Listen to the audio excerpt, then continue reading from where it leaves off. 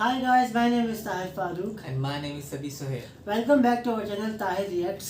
आज हम रिएक्ट करेंगे इंडिया टेस्ट अग्नि 5 missile after rejecting China's warning. तो गाइज आपको तो पता है कि आजकल चाइना और इंडिया की बॉर्डर पे क्लैश हो रहे हैं, तो उस बारे में ये वीडियो है। और ये वीडियो आई कहाँ से है? वर्ल्ड अफेयर्स चैनल से ली गई है, जिसकी ओरिजिनल लिंक हम डिस्क्रिप्शन बॉक्स में ऐड कर देंगे। So do support us and do support them too. Start करते हैं।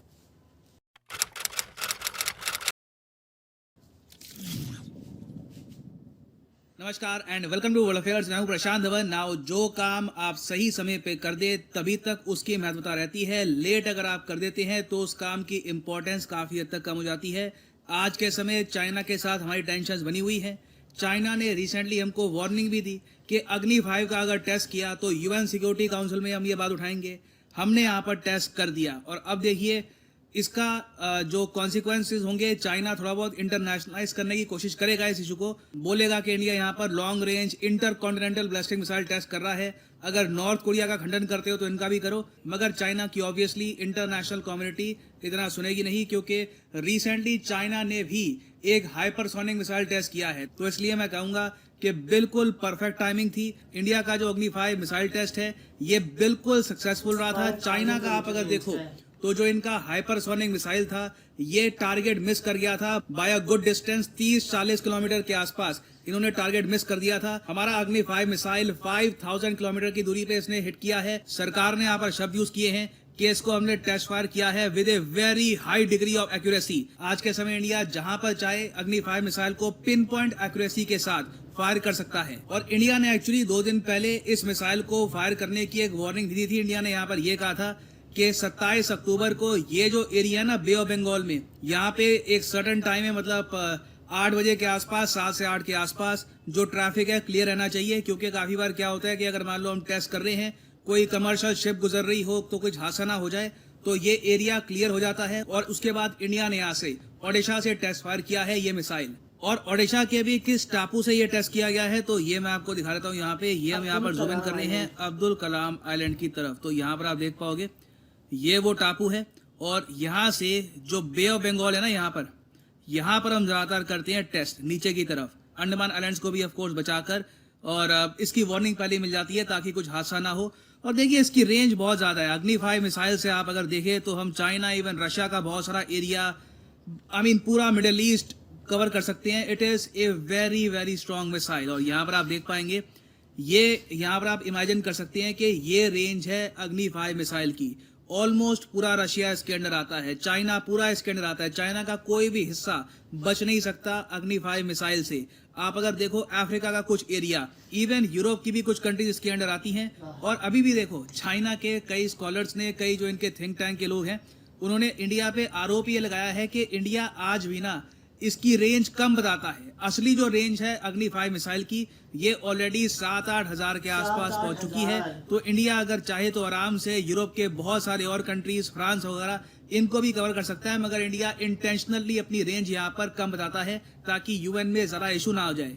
नाउ यहाँ पर आप पूछोगे कि इंडिया का जो इशू है अग्नि 5 से रिलेटेड, ये यूएन सिक्योरिटी काउंसिल में कैसे जाएगा? चाइना वहां पे ये इशू क्यों लेके जाएगा? देखो यहाँ पर बात आ जाती है एक बहुत ही पुराने रेजोल्यूशन की, जिसको चाइना बार बार उठाता है। पहले इनका सरकारी मीडिया उठाता था, अब गवर्नमेंट डायरेक्टली उठाती है और ये कहती है कि इंडिया का मिसाइल प्रोजेक्ट सैंक्शंस इनवाइट कर सकता है। अगर इंडिया इसी तरीके से लॉन्ग रेंज मिसाइल टेस्ट करता रहा तो चाइना प्रेशर डालेगा यूएन सिक्योरिटी काउंसिल पे कि जिस तरीके से नॉर्थ कोरिया पे लगा रखी है सैंक्शंस, भारत पर भी सैंक्शंस लगाओ ना। यहाँ पर आप कहोगे ये कौन सा रेजोल्यूशन हो गया था?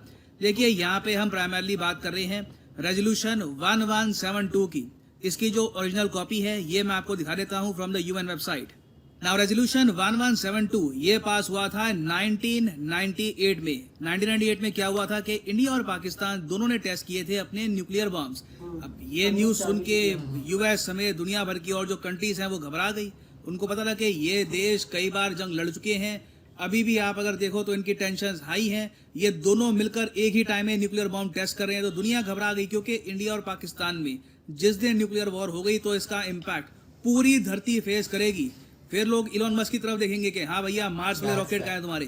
तो दुनिया ने उस वक्त क्या किया, यूएन सिक्योरिटी काउंसिल में बैठ के जो 15 मेंबर थे उस वक्त, उन्होंने रेजोल्यूशन पास करवा दिया कि इन दोनों कंट्रीज पे सैंक्शन लगा देंगे हम अगर फिर से इन्होंने यहाँ पर ये टेस्ट किया न्यूक्लियर बॉम्ब। उसके अलावा ये भी इंश्योर किया कि दोनों कंट्रीज कभी भी मिसाइल डेवलप ना कर पाए, क्योंकि ये सब देश यही सोचेंगे कि इनके पास अब न्यूक्लियर वेपन्स आ चुके हैं, इनकी जो मिसाइल टेक्नोलॉजी है ये रोक दो ताकि कल को ये हम पे अटैक ना कर पाए किसी भी सिनेरियो में। तो यहाँ पे आप देखोगे लिखा हुआ है इस डॉक्यूमेंट में, calls upon India Pakistan immediately to stop their nuclear weapon development program, to refrain from weaponizing or from the deployment of nuclear weapons, to cease development of ballistic missiles capable of delivering nuclear warheads and any further production of fissile material। तो technically आप अगर देखें तो हम लोग यहाँ पे जब भी ये टेस्ट करते हैं तो इस रेजोल्यूशन की वायलेशन होती है, मगर आज के समय यूएन सिक्योरिटी काउंसिल में एक प्रॉपर अंडरस्टैंडिंग है इस बात को लेकर कि नॉर्थ कोरिया और इंडिया में फर्क है। ऑफकोर्स चाइना यहाँ पे बस अपने जियोपॉलिटिकल गेन देखता है, मगर ऑब्वियसली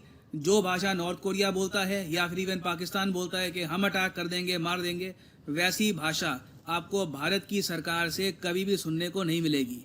इंडिया न्यूक्लियर वेपन्स को लेकर, न्यूक्लियर मिसाइल्स को लेकर एक बहुत ही रिस्पॉन्सिबल कंट्री है, जहां पर एक तरफ पाकिस्तान के प्राइम मिनिस्टर यूएन की असेंबली में खड़े होकर कहते हैं कि हम तो यूज कर देंगे मिसाइल, हम नहीं डरते, हम तो 56 कंट्री है, एक तो उड़ भी गया तो भी इतने सारे कंट्री बचे रहेंगे।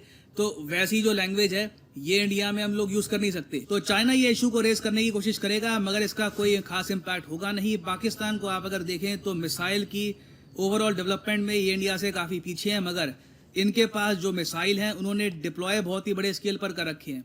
अब फॉर एग्जांपल इनका जो आज के समय सबसे ज्यादा एडवांस मिसाइल है ये है शाहीन 3। ये अभी कंप्लीटली इंटीग्रेट किया नहीं गया इनकी मिलिट्री में, ये डेवलपमेंटल फेज में है, मगर इसकी रेंज 2750 किलोमीटर है और पाकिस्तान ये क्लेम करता है कि शाहीन मिसाइल प्रॉपरली पूरे इंडिया को कवर करेगा। और कैटेगोरिकली इन्होंने ये भी कहा है कि ये लोग चाहते हैं कि अंडमान आइलैंड जो हैं ये भी यहाँ पर प्रॉपरली कवर हो जाएं, ताकि अगर कभी भी पाकिस्तान ये डिसाइड करता है कि इंडिया पे न्यूक्लियर मिसाइल से अटैक करना है तो इंडिया को बिल्कुल भी मौका ना मिले रिटेलिएशन करने का। तो इनका ऑब्जेक्टिव तो काफी बड़ा है, क्योंकि पूरे इंडिया को कवर करने के लिए इनके पास बहुत से मिसाइल चाहिए होंगे। एक भी एरिया इन्होंने मिस कर दिया अगर तो हम भी रिटेलिएट कर देंगे और पाकिस्तान भी डिस्ट्रॉय हो जाएगा।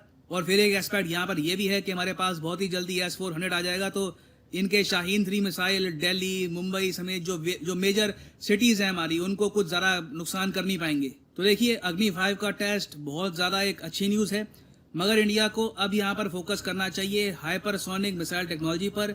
जल्द से जल्द हम इसको एक्वायर करें। अगर हम उसको एक्वायर कर लेते हैं तो ये एक बहुत ही अच्छा जवाब होगा चाइना को। That will be a true statement against China. और फाइनली यहाँ पर मैं ये भी ऐड कर दूं कि अगर आप यूपीएससी एग्जाम के लिए तैयारी कर रहे हैं तो अभी चल रहा है अनअकैडमी का स्पेशल ऑफर।